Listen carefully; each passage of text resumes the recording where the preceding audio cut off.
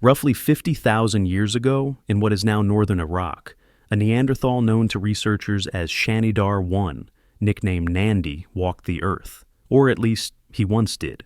By the time he reached adulthood, Nandi couldn't walk properly at all. His right arm had been amputated above the elbow, likely in childhood. He was blind in one eye from a crushing blow to the side of his skull.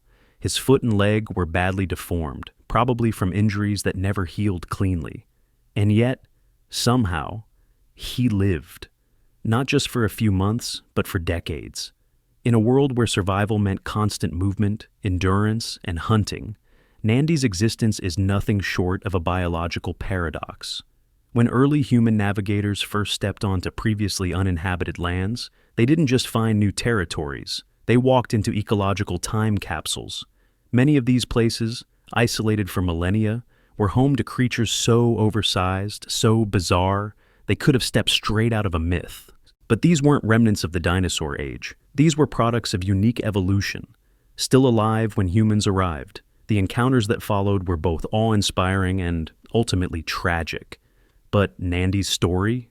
It wasn't about teeth or talons. It was about tenderness. Now, imagine the scene. Biting winds, predators lurking beyond the firelight, food never guaranteed.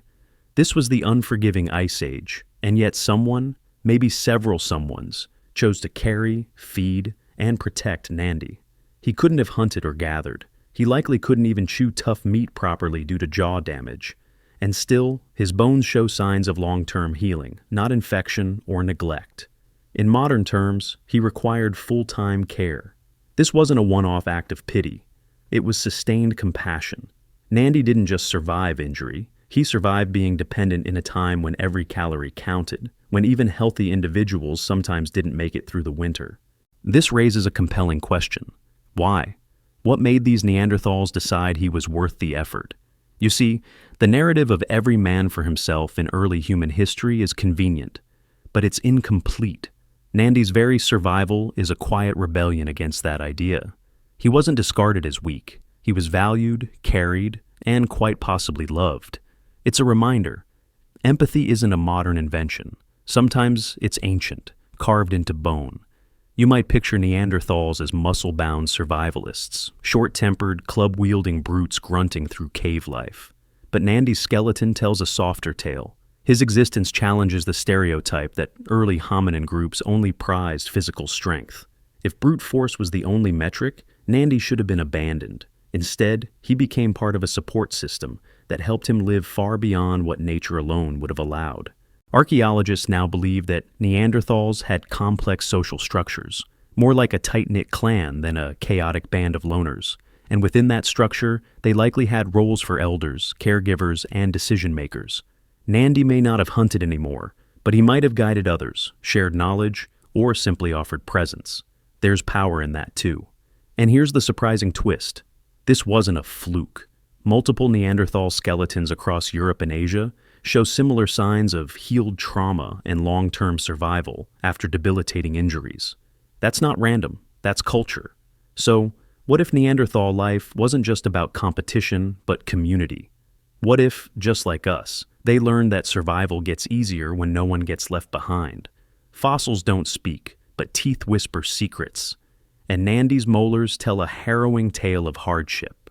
Under a microscope, thin horizontal lines, called enamel hypoplasia, stretch across his teeth like battle scars.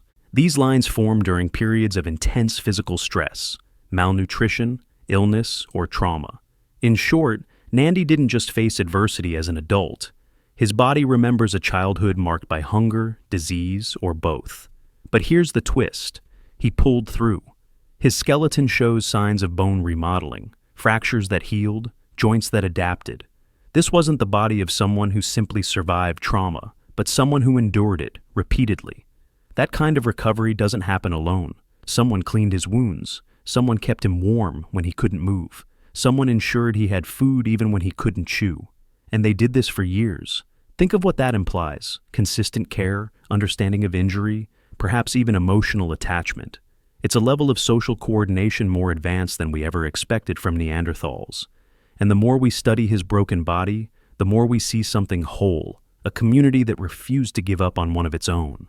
When Nandi died, he wasn't tossed aside like a carcass. He was placed, deliberately, into a shallow grave at Shanidar cave. That detail alone hints at something quietly revolutionary. Burial. Not by accident, not by erosion or cave-ins, but by choice. Soil samples from around his body contained ancient pollen, possibly from flowers. Could they have been offerings? A kind of prehistoric funeral bouquet?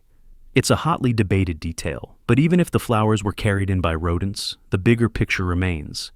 Nandi's body was buried, not left out for scavengers. This act implies recognition of death, and perhaps even grief. Think about it. Why bury someone unless their presence meant something while they lived? If this was intentional, it makes Nandi part of a far older tradition of mourning than previously imagined. It suggests these people didn't just care for the living, they honored the dead. In a cave littered with stone tools and ancient fire pits, it's the human touch, the grave, the gesture that stands out most. In the quiet earth around his bones, we find a whisper of meaning. Goodbye. The deeper we dig into Nandi's story, the more his people start to feel familiar. And that's the revelation. Neanderthals weren't some distant other.